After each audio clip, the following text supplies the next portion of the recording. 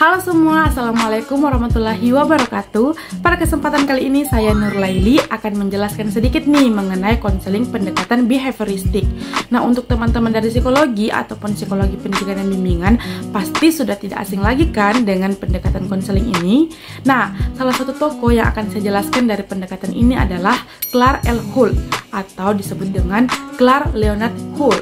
Adalah seorang psikolog Amerika yang terkenal dengan metode eksperimental kuantitatif untuk pembelajaran dan fenomena hipnosis serta upayanya untuk memberikan ekspresi matematis pada teori psikologi.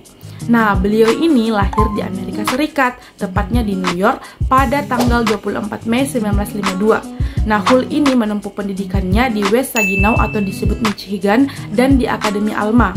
Nah, teori pembelajaran Hull ini memfokuskan pada prinsip penguatan. Nah, teman-teman, ada pula hakikat manusia dalam pandangan para behavioris. Nah, menurut pandangan para behavioris adalah manusia itu pasif dan mekanistis. Jadi manusia dianggap sebagai sesuatu yang dapat dibentuk dan diprogram sesuai dengan keinginan lingkungan yang membentuknya. Nah, orang yang sehat menurut teori ini adalah orang yang mampu menyesuaikan diri dengan lingkungan di mana dia berada.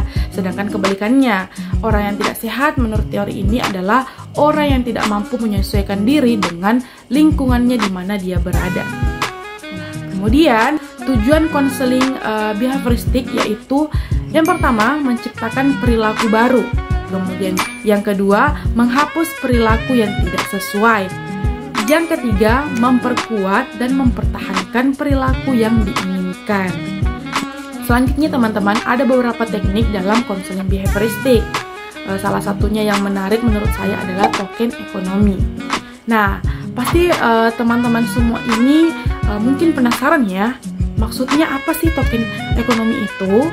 Jadi, sini teman-teman saya akan menjelaskan tentang apa maksudnya token ekonomi itu. Nah, dikutip dari jurnal internasional yaitu Mittenberger 2008 menjelaskan bahwa token ekonomi itu merupakan suatu wujud modifikasi perilaku yang dirancang untuk meningkatkan perilaku yang diinginkan dan mengurangi perilaku yang tidak diinginkan dengan memakai token atau tanda-tanda. Jadi token itu merupakan tanda-tanda. Nah, untuk lebih jelasnya, saya akan beritahu tahapan pelaksanaan token ekonomi ini. Jadi yang pertama itu adalah tahap persiapan. Nah, dalam tahap persiapan ini ada 4 hal yang perlu dipersiapkan teman-teman dalam melaksanakan teknik token ekonomi ini. Yang pertama, menetapkan tingkah laku yang akan diubah atau disebut sebagai tingkah laku yang akan ditargetkan. Jadi harus kita tetapkan dulu tingkah lakunya. Kemudian yang kedua, menentukan barang yang mungkin dapat menjadi penukar kepingan atau poin. Kemudian yang ketiga, memberi nilai atau harga untuk setiap kegiatan atau tingkah laku yang ditargetkan dengan kepingan. Yang keempat, menetapkan harga barang dengan kepingan atau poin. Yang kedua adalah tahap pelaksanaan. Tahap pelaksanaan ini diawali dengan pembuatan kontrak antara siswa dengan guru BK atau konselor.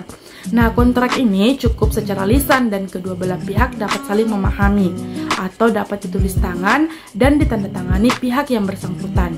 Di sini guru BK dalam tahap ini melaksanakan pembelajaran sesuai dengan perencanaannya. Apabila tingkah laku yang ditargetkan itu muncul, maka siswa segera diberikan kepingan atau poin. Setelah kepingan atau poin itu sudah mencukupi untuk ditukarkan dengan barang yang diinginkan siswa, dapat ditukarkan kepingan tersebut dengan membeli barang sesuai dengan keinginan yang didapatkan, sesuai dengan perencanaannya di awal. Kemudian yang ketiga itu adalah tahap evaluasi. Nah, pada tahap ini akan diketahui faktor-faktor yang perlu ditambah atau dikurangi dalam daftar pengubahan perilaku yang telah dilaksanakan. Misalnya, nilai kepingan perlu diuji untuk setiap tingkah laku yang akan diubah. Kemudian melihat ketertarikan subjek dalam program yang dibuat. Kemudian keberhasilan dan kekurangan dalam melaksanakan dalam pelaksanaannya. Kemudian didiskusikan kembali untuk merencanakan program selanjutnya seperti apa. Nah, itu dia penjelasan mengenai konseling behavioristik dengan teknik token ekonomi.